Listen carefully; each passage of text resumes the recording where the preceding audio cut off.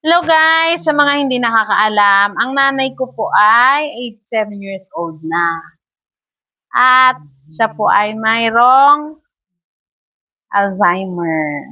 Ulyanin na baga. Kaya magbibideo kami guys. Support niyo po kami. Sabihin mo. Hello everyone. Si nanay ay may Alzheimer pero pag sinasabihan mo, ilang taon ka na, Nay? Ilang taon ka na nga? 50 lang ka? Kapila nakakatuig?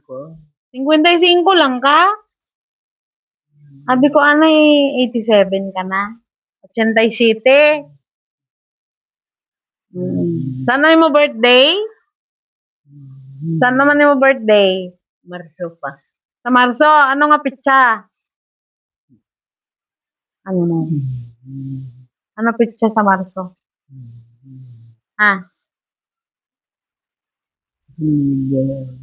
Ha?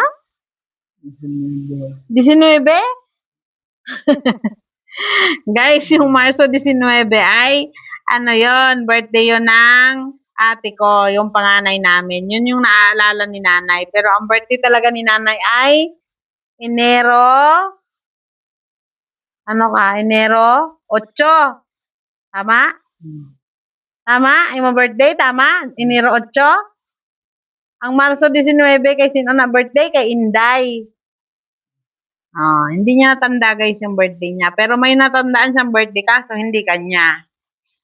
So, yun. Pero kilala mo ko. Kilala ka sa akon. Sino man ko? Evelyn. Si Evelyn ko guys. Kilala ko ni nanay. Sino man imo apo nga gabantay sa imo? Anong ngalan? Sino man? Angela. Si Angela. Si Angelica, si Angel. Si Angel.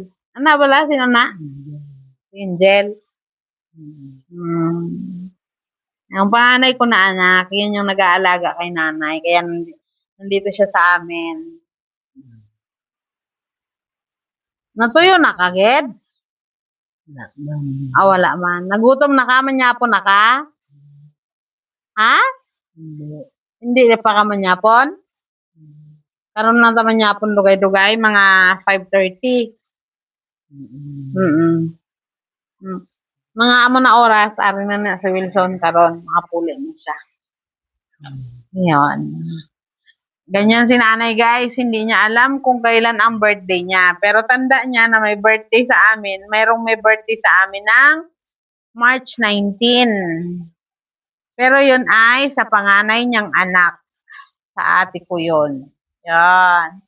Yan lang guys, thank you for watching. Bye. Bye-bye ka sa kanila. Bye-bye guys. Sabihin mo. Bye-bye.